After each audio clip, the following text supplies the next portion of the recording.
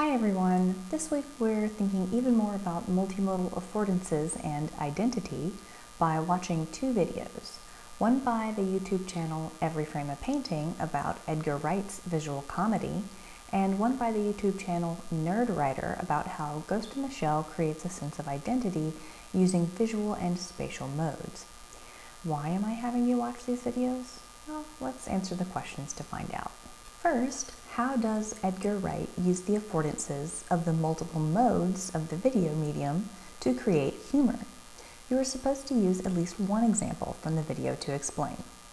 In general, though, Edgar Wright uses these multiple modes afforded to him by the audiovisual nature of video in order to make things funny, to do things we don't expect.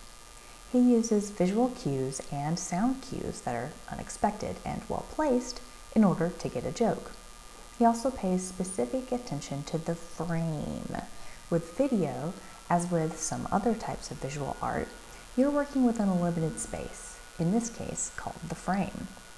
The audience can only see what you put into the frame, and they can't see what's just outside of the frame.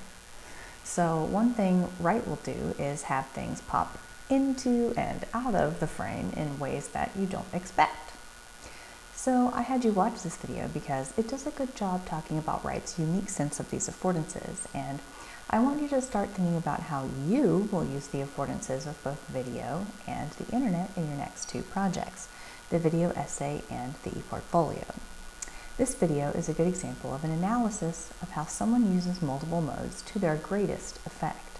Okay, question 2.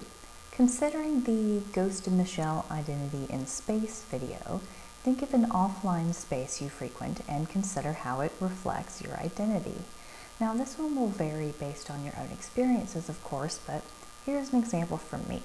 My office space from when I used to be a postdoc at UWF, rather than just an adjunct. I don't have pictures of this, sadly, but I'll try to describe how I used my office space to project my identity. There were several things you'd expect in a professor's office. I certainly had all 3 of my degrees on prominent display, and I had a few shelves of what I hoped were very important looking books. Those spoke to my expertise as a researcher and teacher.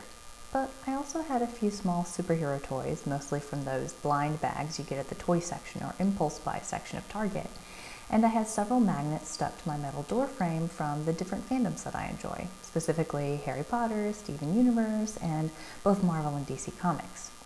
I hoped that these touches would make me seem more approachable as an instructor, a whole person who also had a life outside of research and teaching.